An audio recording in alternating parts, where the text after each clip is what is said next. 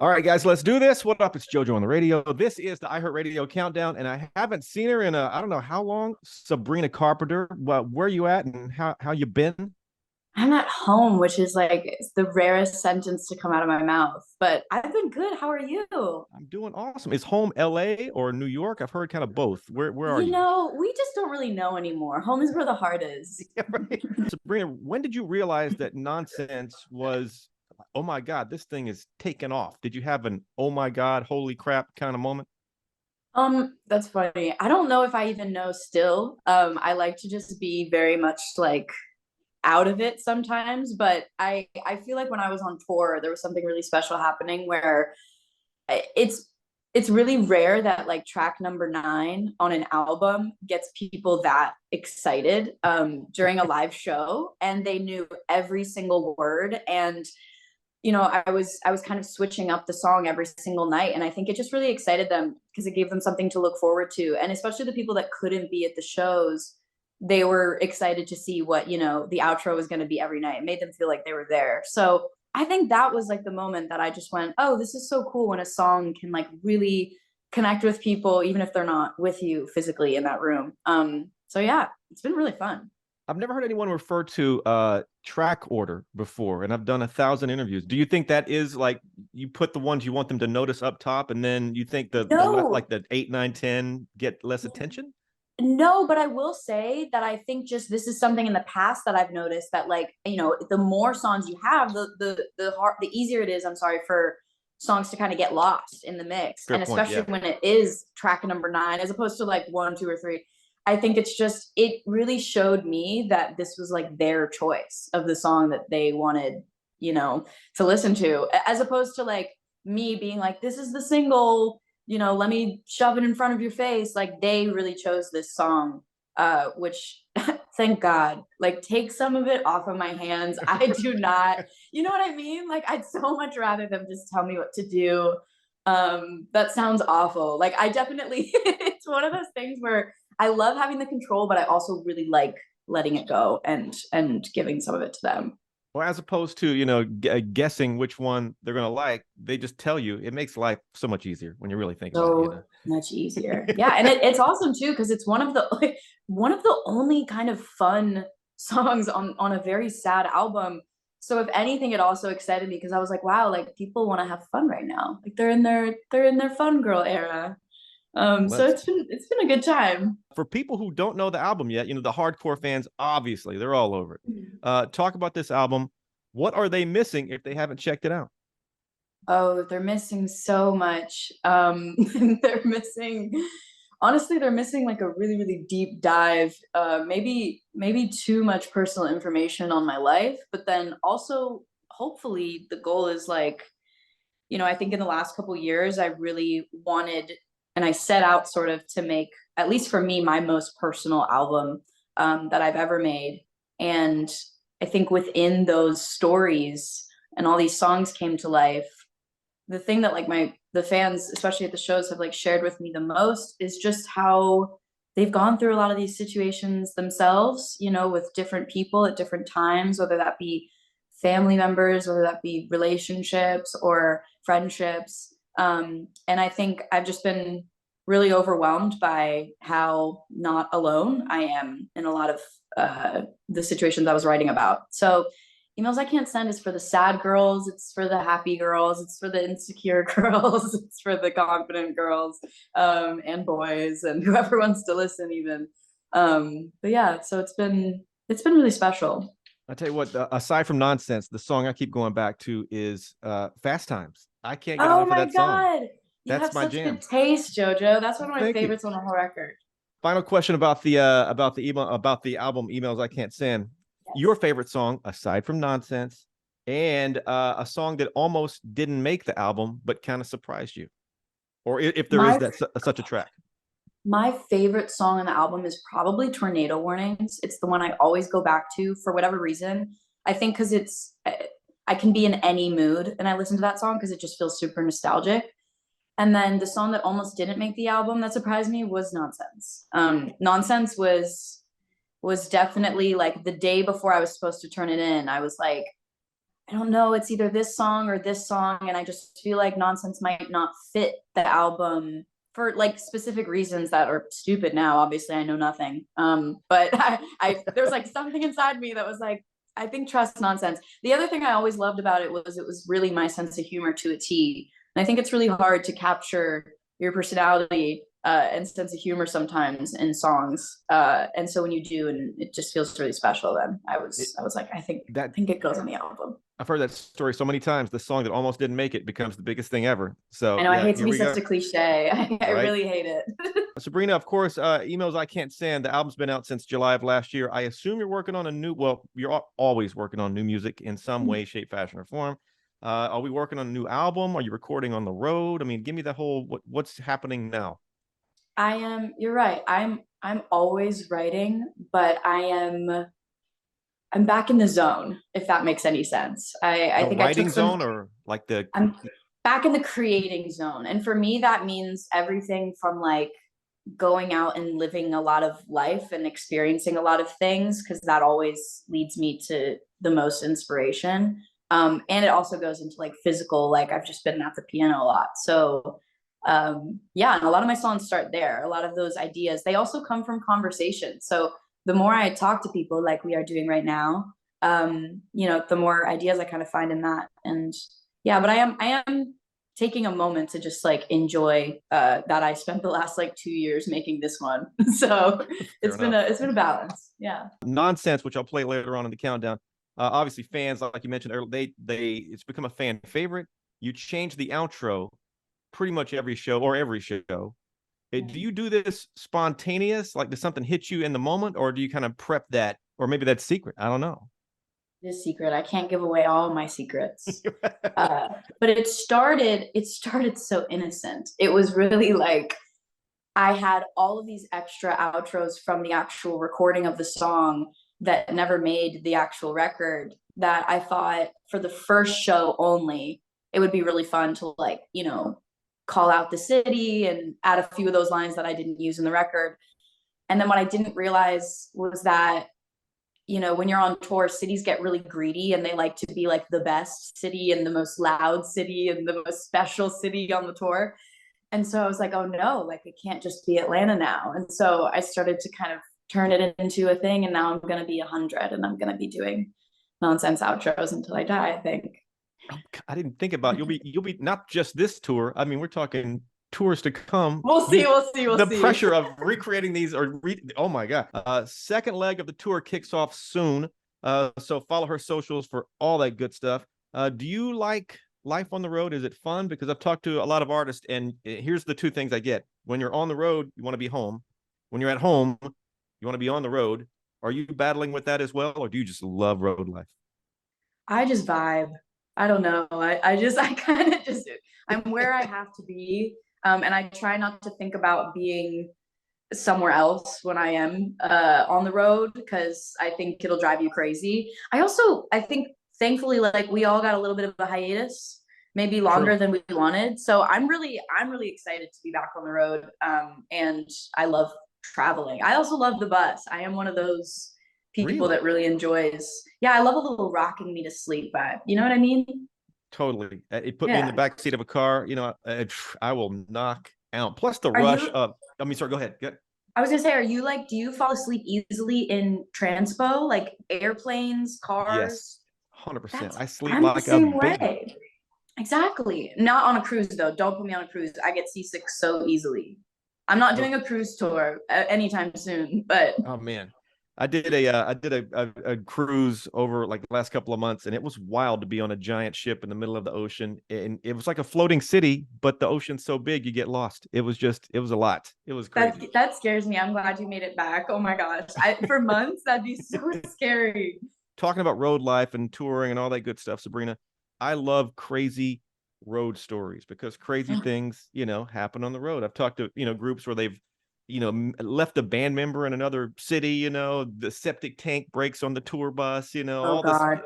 That was One Republic that told me that story. I believe Give me it. yeah, right. Give me a crazy road story, Sabrina. Do you have one? You know, um, we've definitely dealt with the septic problems. We've dealt with crossing the border problems, because you got to get to Oh, Canada. And so then you have to wake up at like 2 in the morning. Everyone gets off the bus to go through customs. They just like think you're shady for no reason. And there's a lot of investigation.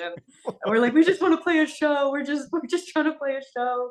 Um, no, I think I've been really lucky in the sense I've definitely had a couple bus breakdowns, but nothing that's too out of the ordinary. you I know don't know. the My favorite thing to do when I'm on the road is like I've played some really old theaters in the past, and they're like definitely haunted. And so I will try to like go ghost hunting in some of these theaters. And by ghost hunting, I really mean like I'm using an app on my phone that probably doesn't work, but in my mind it does. Okay, we'll get into that in a minute because you know my paranormal obsession, or if you don't know, I'll fill Yes. you in. Nonsense, Sabrina. This song, I mean, it's doing it.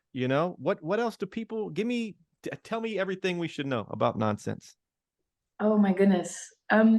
I think what we kind of said earlier too is like it was just a song that I always loved, but it truly was a dark horse in the sense of I never ever ever ever expected, people to enjoy it and like embrace it the way that they have. Also because I think when I was writing it, I threw so much logic out the window because I never really intended on releasing it. So I go, oh, the lyrics can be so silly and they don't have to make any sense because it's nonsense.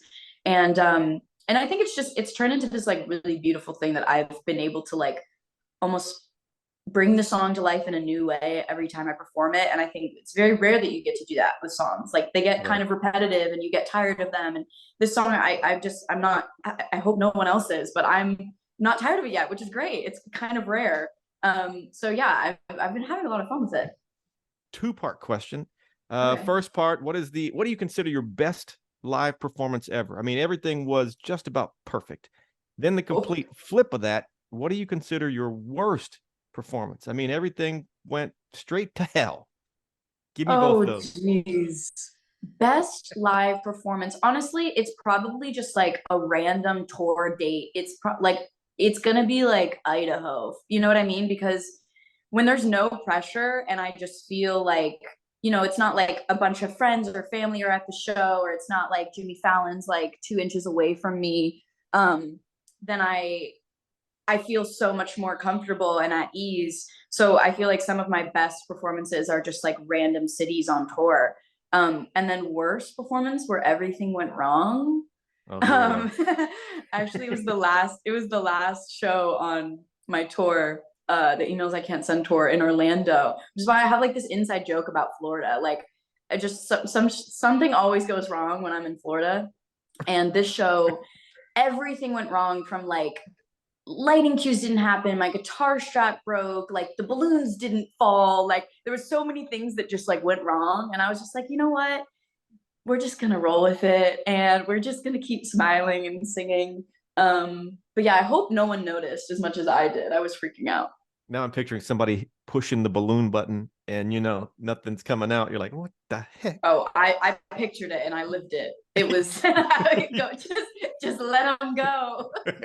I don't know if this is true or not, but something about I read this story and I find it, it's just something simple, but you love to hang out on your New York City fire escape and just chill.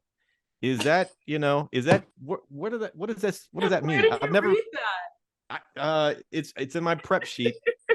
Is that a thing? I mean, I It's just just such I've a funny. She just loves to sit on her fire escape and chill. She's just a normal girl. I've Um, never I don't live in New York, so I don't know if that's a New York thing or I would think a fire escape is to escape from a fire, but you know, when you're a young 23-year-old romantic, it becomes like a place to ponder your entire existence. And yeah, I think when I moved to New York, the thing I wanted the most was a fire escape, and thankfully came across one. And yeah, there would be nights where I would like go out on it with my friends, and we'd be like singing and performing for people on the street. And then there would be other nights where we'd go out there and talk for hours. And then winter came, oh, so then I didn't do that anymore because it gets freezing in New York. It's like not okay. So yeah, I do love to just go out there and chill. You're totally right. It's the place that I keep in mind, National Countdown. I'm based in Los Angeles, but I picture, Oh, either escaping from a fire or yelling curse words at neighbors from the fire escape. That's what I picture New York being like. that's how they portrayed in the movies, I guess, maybe. That's probably where I got it from. So Yeah, who that's really fun. clearly I do not know New York City. I'm not Uh, escaping from any fires. If it makes you feel any better, I've never used a fire escape to escape from a fire. So Perfect. we'll Good all get deal. there. Sabrina, I am obsessed, as I think with the paranormal. Ghost, Yes. UFOs. I've got a podcast called Paranormalish. I'm just off the deep end. What is this? You like to on tour investigate or roam around haunted theaters and whatnot, right? Yeah, I mean they're so scary. There was a few I remember. Indianapolis, I think, was the most haunted one that I had been in. Do you know much about ghosts in Indianapolis? Uh, Because I probably have please, met a couple. please fill me in. What did you encounter? What's the name of this place, if you can recall all that stuff? I don't remember what it was called. It was some theater. I'll find it. I'll send it to you. But yeah, it was a few years ago, and I just from the second I walked in, and like, I mean, I'm one of those people. Like I feel energy shifts really intensely, and so when I walked into the theater, I could like automatically sense that it was quite spooky. And Okay. after the show, me and my friends that were opening for me, we all went down to like the basement of this theater and just were exploring and like it was all the like maybe cliche things like lights flickering and then like we lost my friend in the dark and then we were freaking out because we were like, oh my god, my friend was stolen. It wasn't stolen, just got lost because we were in the dark. But I don't know if I've encountered like the ghost of my dreams yet. But I'm still searching. What about you? What's your like best experience? I've had some doors. I've never seen anything like, wow, that's a ghost, but I've had some doors unexplainably Oop, slam on me, that's a no and from me. that was kind of freaky. Well, if you see anything on this next tour, if you stay in some haunted rooms, please let me Yeah. know. New Love, Orleans. I'm gonna be in New Orleans and I'll make sure because that's the, pinnacle of haunted. amen. Sabrina, of course, nonsense is out. The album emails I can't send is out. Anything acting wise, yeah, in the works, or you just putting acting on pause for the moment? There's a lot of things in the works, but definitely I'm gonna be touring so much this year. So there's a lot happening. And I started my production company in the middle of the pandemic, and that was something that I did and have wanted to do for a really long time. And so there's a lot of projects in the works there, but I can't really say too much right now. And that's Everything's why I top kind of secret. had it is a bit top secret if I'm completely honest. And all I try to tell, the people that have followed me for years, that they know that I really don't like to tell them things until I'm properly allowed to. I'm such a good girl in that sense. But they'll know stuff soon. And until then, I hope they listen to this album and come to the tour because we'll have a lot to talk about there. Sabrina, family, friends, your inner circle that's been with you for a while, what's their reaction to this success you've had so far? And granted, we got, the world is your oyster, long way to go. I get it, but you've done a lot of cool things. What's their reaction? Oh, that's very sweet. I think they're probably confused and excited. To be honest, it's not something that you can really explain to people quite easily. I think what was so great is like my mom she's like aware of things, but she also doesn't know how exciting certain things are. So I'll tell her and she's like, "Oh, cool. Is that good? Like, is that like a big thing?" And I'll have to be like, "Yeah, no, it's a really big deal." But also I'm the baby of three sisters, so I have been humbled my whole life, Oh and man. and I think that's what's kept me maybe somewhat sane. Somewhat is underlined, but yeah. So my sisters are good at humbling me, but they're excited. We have a lot of fun together. Do they come to your shows every so often? Family, Oh, they sisters, come all that? they come to every show. They can't miss a show. That's the one rule I think we have, especially if it's like a home show. Nonsense is out. Obviously, it's killing the album emails I can't send. It's been out. New music we think coming soon. Everything's sort of top secret. What else do people need to know, Sabrina? You're gonna go ghost hunting for me. We need to do Gonna that go ghost together at hunting. some point. I mean, for Definitely need real. to do that. Yes. I What just I just announced my international tour dates, which I've never done a show, a headline show like in London, lots of cities, which I just announced the other day. So I'm really excited about that. And what else? I'm probably gonna eat lunch later today. There's so much going on. It is a pleasure to see you. You're the best, Jojo. Yeah, we definitely have to go. We definitely have to go ghost hunting. That'd be really fun. What I'm gonna do is when you get all the dates, I'll look at your the dates where you're going and the cities and locations.